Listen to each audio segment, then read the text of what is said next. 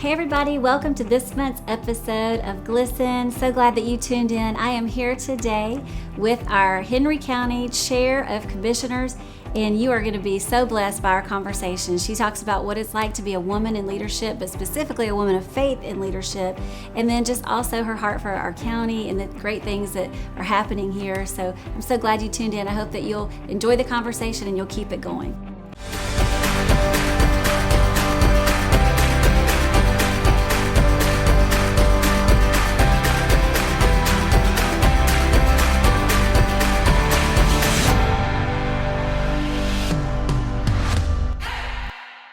Well, June, thank you so much for being here. It's such an honor to have you, and I really believe every person is a gift, so that I get to share you with everyone who's watching, so thank you so much.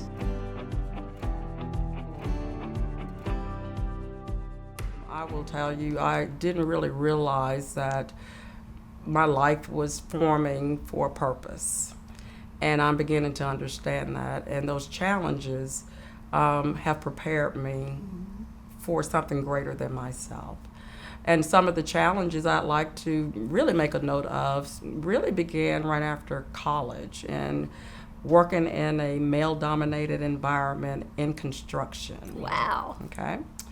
And so I acquired this civil engineering degree from the University of Alabama in Birmingham, and studying about engineering and then coming into a field of engineering was a shocker for me. And so just having to gain the respect of, working in an environment like that to get work done was originally one of my challenges because, people begin to look at the outside versus what you really could do. But I quickly realized that I needed to go by the principles that my family's taught me, and I will tell you that my faith has taught me, is that you need to respect others in order to gain respect. So there were some challenges there, meaning that fortunately I worked for a company, which at that time was Alabama Power, that had a very great value of diversity, and they wanted to encourage women to be in leadership. But they also had certain principles and values that created a wonderful work environment. And the one example I can think about is not with a Alabama Power Company representative, but with a contractor or a construction person who obviously hadn't been brought up with the values of a great company like Georgia Power, that literally used some choice words that were very inappropriate. And instead of me challenging that person at that time, I just went back, spoke to the leadership of Alabama Power, and they immediately terminated him. So that was an introduction. I mean, just think about it. I'm only young, at the time, and not really knowing how to deal with it in an environment as such was different than the classroom. So that was one. But as the Lord allowed me to move up into different leadership roles, what I found out is that the Lord was doing some things with me. June, gain the respect of other people, you respect them, and be solutions versus, trying to complain about everything. And so that really helped me to, again, appreciate people and respect them, and to understand what my purpose is, no matter who I am, to go in and help solve problems. That's basic leadership, whether you're in a title position or not. And then came the wonderful times of when I became married and had children in construction. So defining, what my role is, in an interesting environment was one, but then now having to balance being a wife and then a mother came other challenges. And I oftentimes look back and say, okay, the biggest thing that I learned is that, June, you got to stay in God's divine order. Now you have a husband that you have to respect according to God's law. And then now you have to be a mother while you're also working in a pretty challenging position. So I will tell you, some of the things I dealt with was how to get that balance.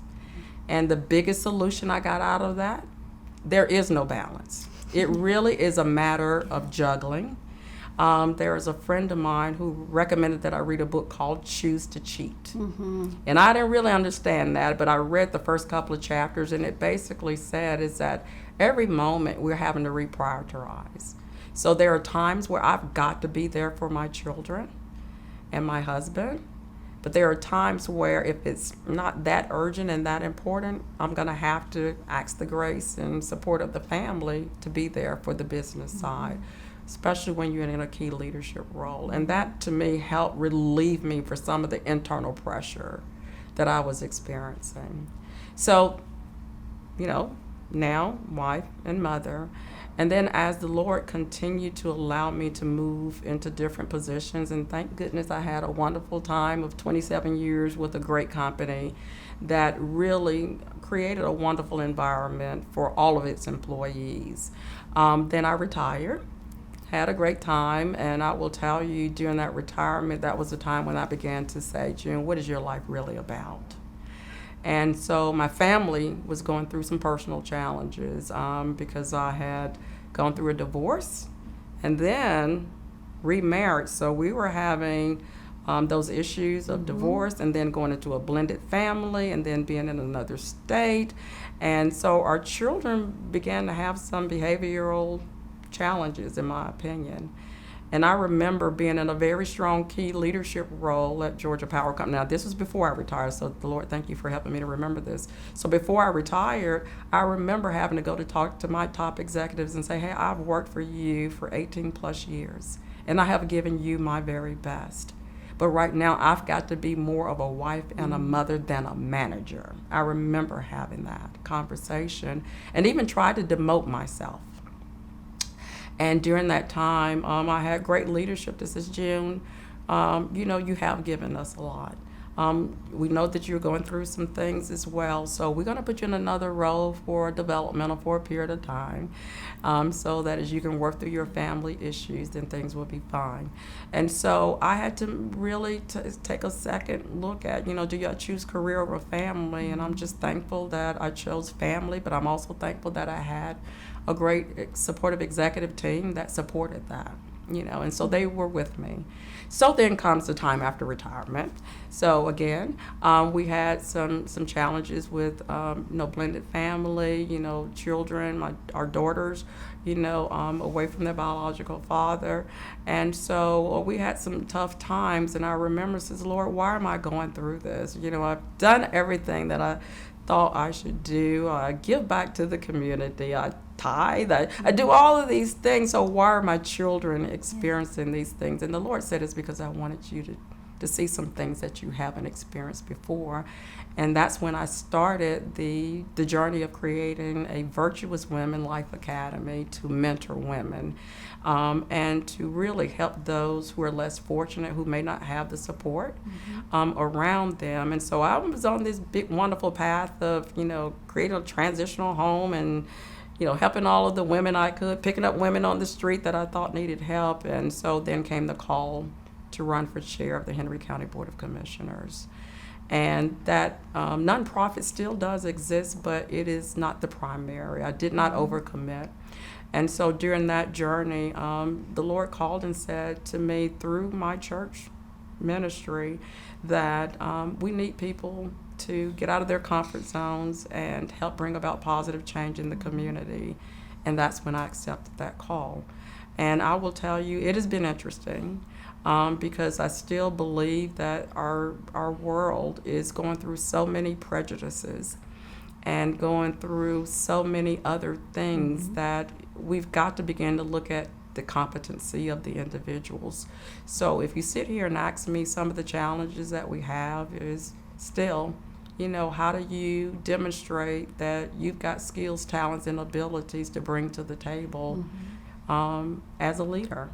And I will say that it's just a matter of being able to come in, understand that it's not about you, to help be a part of the solution, and to try to gain the respect of those that are around you. And that only comes by giving others respect. So those are kind of just a quick snapshot. I mean, I could probably go into a whole lot more detail about a whole lot of other challenges that we have. But I do know that my purpose is to to encourage and to share. So when you made that phone call to say, hey, would you mind sharing? It is a testimony. It is worth the time to stop and to encourage, especially of women, because there are more women in leadership now, and it is a tough juggling between being a wife, a mother, and a business executive. And I even had a conversation with my husband, who we've been married 24 years, and we just repeated our vows 8 times in a row of those 24 years. And I remember having those vows that say, you know, for better, for worse, for richer, for poor, to death do us part. And I always go back to the word is that I've got to make sure no matter what my career is, I've got to stay focused in God's way. And I told my husband, I said, you don't have a clue of what it's like to go out and manage, you know, as a leader, and then have to come home and have a little different perspective of respect when you get home. That is tough, but it is important. And again, I just want to encourage women to just continue to understand that we are built for a lot of different things. But I also say to all leaders, both male and female, when you talk about leadership, it is much bigger than you. So I just hope that you're ready for it. So those are my thoughts on that. You know, I love that, and I think that one of the things I heard you say about respect, giving respect, because I've seen a lot of people try different things. You know, especially women coming into leadership. So it's not like you come in and you're like, all right, I'm here, and you demand your own way, and you're like, I'm going to be like a man. I'm going to be, or what I perceive to be like a man, and be just strong and just come out the gate.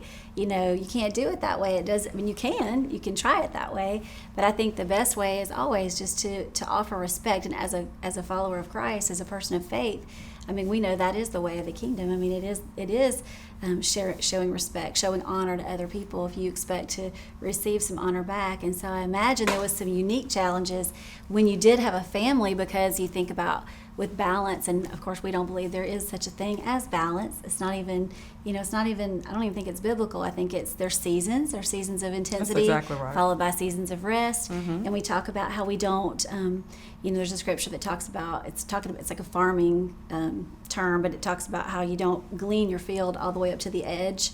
Because you want to leave some for the poor or people to come and take from. And I think that can be applied to our time, because you don't want to use your time all the way up to the edge when you have nothing left for other people. You want to leave some margin.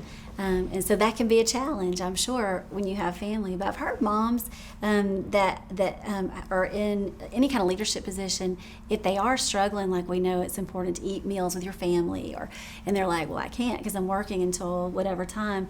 But then they're like, well, we can do breakfast. We can do breakfast together, or we can do lunch. It doesn't have to be dinner, which is kind of ingrained in our mind.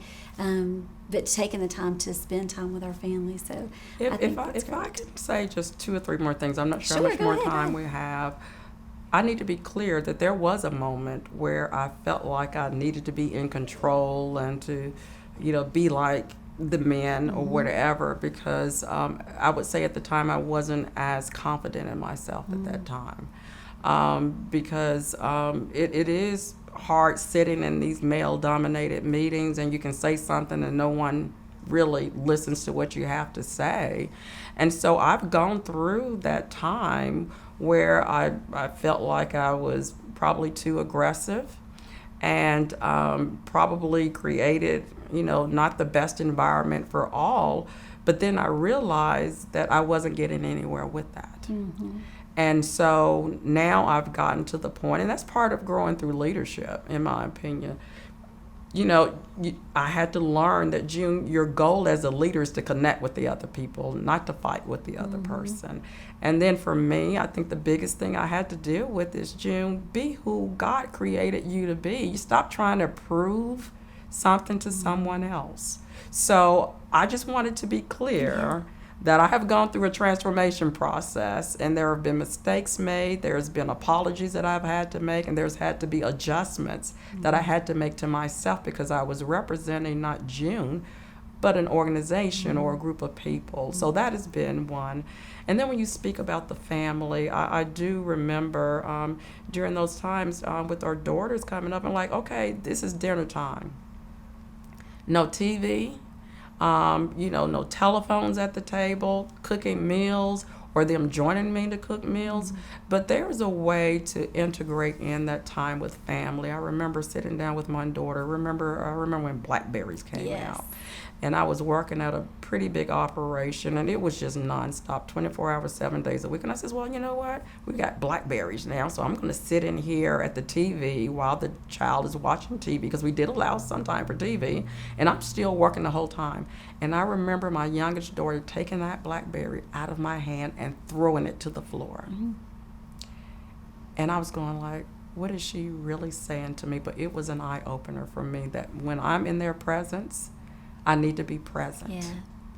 And they also need to know that there are some times when we're not. But, I just believe that having a great support group is going to be important. That's why I'm so encouraged when I hear other women encouraging each other or telling their testimonies and talking about the mistakes. I love to talk more about the mistakes than the accomplishments. Yes. Because you have to be vulnerable to talk about that. But and especially nowadays, I just really am so concerned about the order of the family nowadays, and especially the role that women have. But we need each other. So I just appreciate all of that. Yes, we do. Well, I'm so grateful that you were humble enough to realize that. And I think it was key what you said about you weren't, at the beginning, you weren't confident in your leadership or what you had to offer. And I think so many times that's, because of whatever, however we grew up, our perspective, or what we perceive other people are thinking, we don't want to come off as too strong, or we realize we've got to come off strong, or they're not going to listen, or whatever. So we have all these thoughts going through our mind. But when we realize, and when we're confident in who we are, and we know what we have to offer, and we know the biggest thing that we can do is give somebody the gift of honor and give somebody the gift of respect, then we know that we're going to reap that in return. Then that confidence, I think, goes such a long way in leadership. So with your position as the chair, what even is the job of a commissioner? What is the goal? What is it that, how do you know you've won as a commissioner? Okay. Well, basically, the job of the Board of Commissioners, we have 6 commissioners here in Henry County, and the chair of the Board of Commissioners basically is the commissioner who basically facilitate processes of the Board of Commissioners meeting, but many of our business items relate to making sure that we've got all of the public services available and that they're funded and that we're governing policies. So you see a lot of our agenda items relating to public safety, roads, animal control, also planning for the future and making sure that we've got the funds, the budget to support all of that. So that is basically the overall gist of what a commissioner does for the unincorporated parts of the county. But we're also to and should be working with relationships with other agencies, such as the cities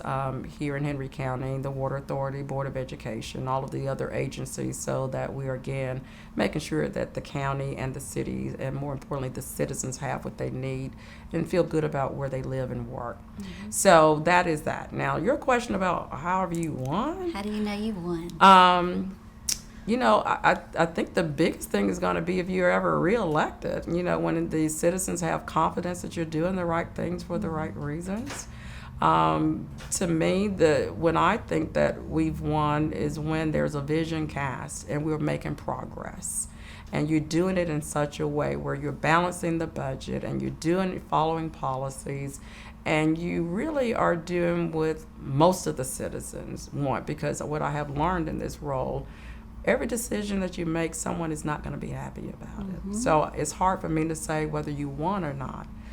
But for me, if I understand that I am just seeking the will of the Lord and asking for His wisdom and making sure that I'm being as respectful and a positive image, and property values are increasing overall, people have good paying jobs. And the great thing is, if they want to stay home and shop and play, then I think we're winning.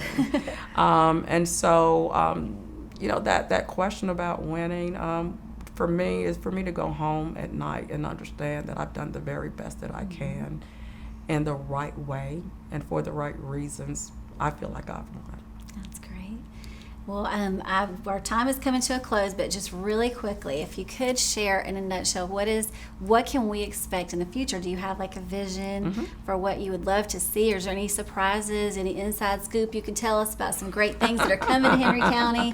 What can we expect? Yes. Well, fortunately, I've already introduced a vision, and the Board of Commissioners is working on a joint vision for Henry County, because part of what I believe Henry County has got to do better at is trying to come up to the 21st century. Yes.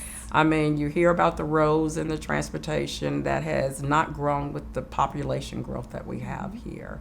But the vision that I see for Henry County is that we are a community that has medical and technology in some districts, so that we are still on the leading edge and attracting a lot of high pay and professional jobs, but more importantly for the young people. Henry County needs more family and entertainment in this area so that we don't have to travel outside of our area. So why could we not think about where do we have more family entertainment in certain districts of our county? And then, of course, on certain parts of the county, we've already got a good education center. So why do we not have more higher education so that we are educated and preparing the workforce for now and the future with the right ethics? And of course, Henry County is already well known regarding the industrial industry that we have here. I guess you've heard already that we've got international businesses that are now coming to Henry County. So what I'm really hopeful for the future, because it's going to take a time, we've not had a vision cast for the county. And I'm looking forward to the Board of Commissioners coming to something that will help at least cast a future that we're all proud of. But a lot of that has to go with what are the citizens wanting, but you've got to prepare for the future as well with autonomous vehicles, and those kinds of things. And I see Henry County as being a positive example for growth and change. We are changing county in a number of different ways, but how do we work together versus working against each other, and being an example in today's time where there's leadership that is representing the greatness and making tough decisions that people in the future will be proud about, and our children will want to stay here. That's where we've got to be. So coming from the past and getting into the 21st century all at the same time, that is the opportunity that we as a Board of Commissioners have, and I'm just glad to be at the table. That's great. I love that. We're doing our part here at Turning Point Church. We are working really hard, and we really, unity is actually one of our values. Awesome. That we really try to talk about and live out. But also, we just started we talk about education, higher education. We just started our college, South Atlanta Leadership Institute, and we're in partnership with Northwest University. So we actually have our fall semester starting off. So we have one more you can add. Congratulations. To the Congratulations. And you're bringing up an interesting point. As I look at the world nowadays, I have so much prayer of hope that our churches, which are the people in the church, will continue to help us come to a level of respect and love and peace. And because our world right now needs those values more now than ever. So I want to say thank you to Turning Point and Pastor Turner as well for what you're doing here in our community, because it's going to take all of us. It's going to take every government, the education, the faith-based community, the business community, the media, to all come together to help make this a great place. So Henry County will be an example for the rest of the world. Is the vision that I see. Yes. And I think too, I'm so grateful that knowing that you're in that position, it brings great peace, because I know personally that you're praying and that you're seeking God and that you're making decisions based on integrity. And so I see opportunity, like you said, we have all the opportunities in all these different areas. There's such an opportunity for women to step up in leadership, but also anyone to step up into leadership. That's exactly who desires it, and just finding their way and listening to the voice of God. So thank you so much. No, well, thank you, and thank you for the honor of being here. And I really appreciate this to share this testimony and hopefully inspire someone to continue. If you've got God first in your life and you seek Him, because this world that I'm in is much bigger than me, and I've learned some lessons that I could probably talk more about in a second episode. Yeah, we'll do a second episode for sure. All right, thank you. Okay. Thank you so much for joining us today on Glisten. Hope that you'll go to our @Glisten Women and check out all of our social media accounts. Follow us, like us, subscribe, share, keep the conversation going. And if you want to find out more about June Wood, we're going to put all her information below in the description. We'll see you next month.